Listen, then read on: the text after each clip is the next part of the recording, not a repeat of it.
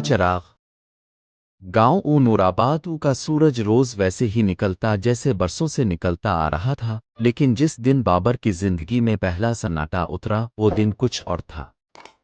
بابر نورآباد کا زمیندار صرف زمینوں کا مالک نہیں تھا، وہ دلوں کا بادشاہ تھا۔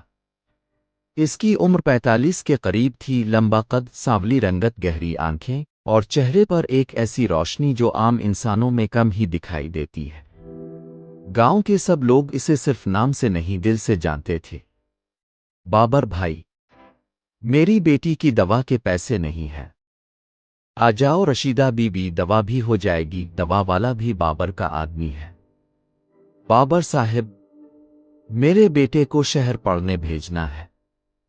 تو پھر دیر کس بات کی، کل صبح روانہ ہو جائے، میں خود خرچ بھیج دوں گا۔ یہ بابر کا معمول تھا، وہ کسی کے لیے رکا نہیں، کسی کو ٹالا نہیں۔ دن میں گاؤں کی گلیوں سے گزرتے ہوئے بچے اس کے پیچھے دوڑتے، بوڑھے دعائیں دیتے اور جوان اس جیسا بننے کی خواہش کرتے۔ گاؤں کی ہر شادی میں اس کا ہاتھ، ہر جنازے میں اس کے کندھے، ہر دکھ میں اس کی آنکھیں نم ہوتی۔ اور جب کسی گھر میں چولہا نہ جلتا تو سب جانتے کہ بابر کے گھر سے ہی دیگ آترے گی۔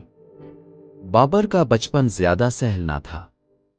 باپ سخت گیر تھا اور ماں جلد دنیا سے رخصت ہو گئی تھی، لیکن ایک چیز جو بابر نے ہمیشہ ساتھ رکھی وہ تھی ماں کی نرمی، اس کے ہونٹوں پر سجی دعا اور اس کی سکھائی ہوئی ہمدردی۔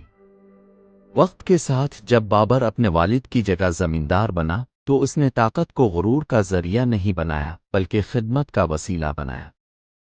نورآباد ان دنوں پھولتا پھلتا گاؤں تھا۔ نئی نہریں، اسکول، کنویں، یہ سب بابر کے خواب تھے جو اس نے زمین پر اتارے تھے۔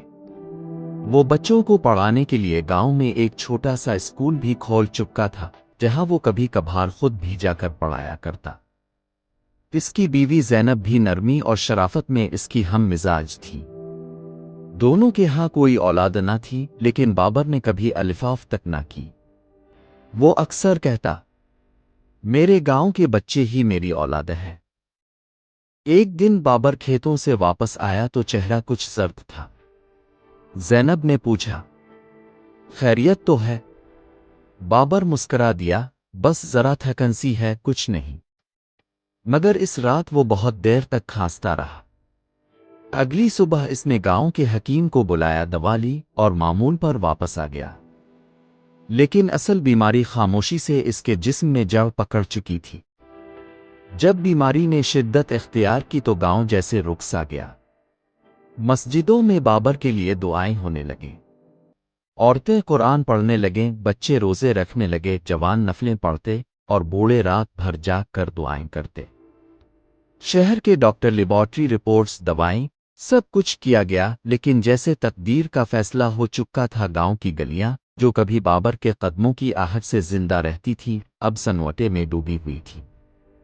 ہر دروازے پر پریشانی، ہر آنکھ میں انتظار اور ہر دل میں ایک ہی دعا، اے بابر کو ٹھیک کر دے۔ بابر اب بستر پر تھا۔ گاؤں کے لوگ اسے دیکھنے آتے، دعائیں دیتے، چپ چاپ واپس چلے جاتے۔ زینب جو خود صبر و حوصلے کی مثال تھی، اس کے سرہانے بیٹھی رہتی، ہر لمحہ اس کی آنکھیں چہرہ پڑتی تھیں جیسے دل سے دعائیں بہا رہی ہو۔ ایک شام جب سورج مغرب میں ڈوب رہا تھا، بابر نے آنکھیں کھولیں اور زینب کی طرف دیکھا۔ زینب، اگر میں نہ رہا تو میرے گاؤں کا کیا ہوگا؟ زینب کی آنکھوں میں آنسو آ گئے، مگر اس نے اپنے آنسو چھپا کر کہا، آپ رہیں گے بابر، آپ کو کچھ نہیں ہوگا، پورا گاؤں دعا کر رہا ہے۔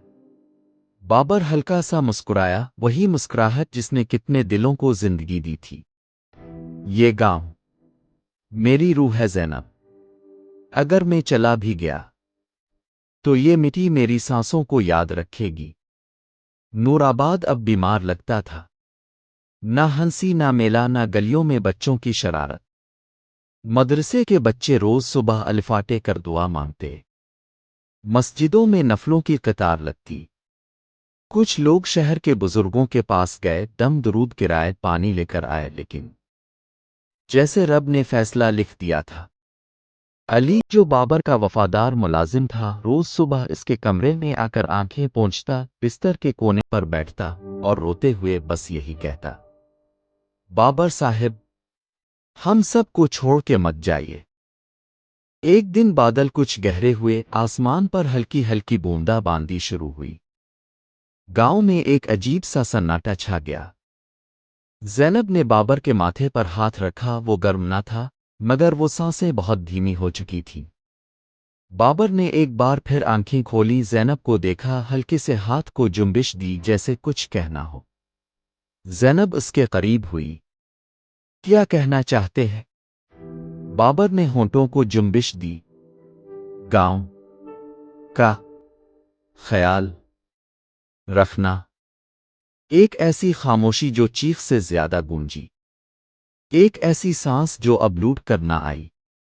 بابر نورآباد کا چراغ بجھ گیا۔ گاؤں کی گلیوں میں کوہرام مچ گیا۔ گاؤں کے مرد، عورتیں، بوڑھے، بچے سب رو رہے تھے۔ کسی کا باپ چلا گیا، کسی کا بھائی، کسی کا سہارا۔ وہ جو سب کے دکھوں کا علاج تھا، خود ایک ایسی بیماری کا شکار ہو گیا جس کا کوئی علاج نہ تھا۔ نماز جنازہ میں ہزاروں لوگ جمع ہوئے۔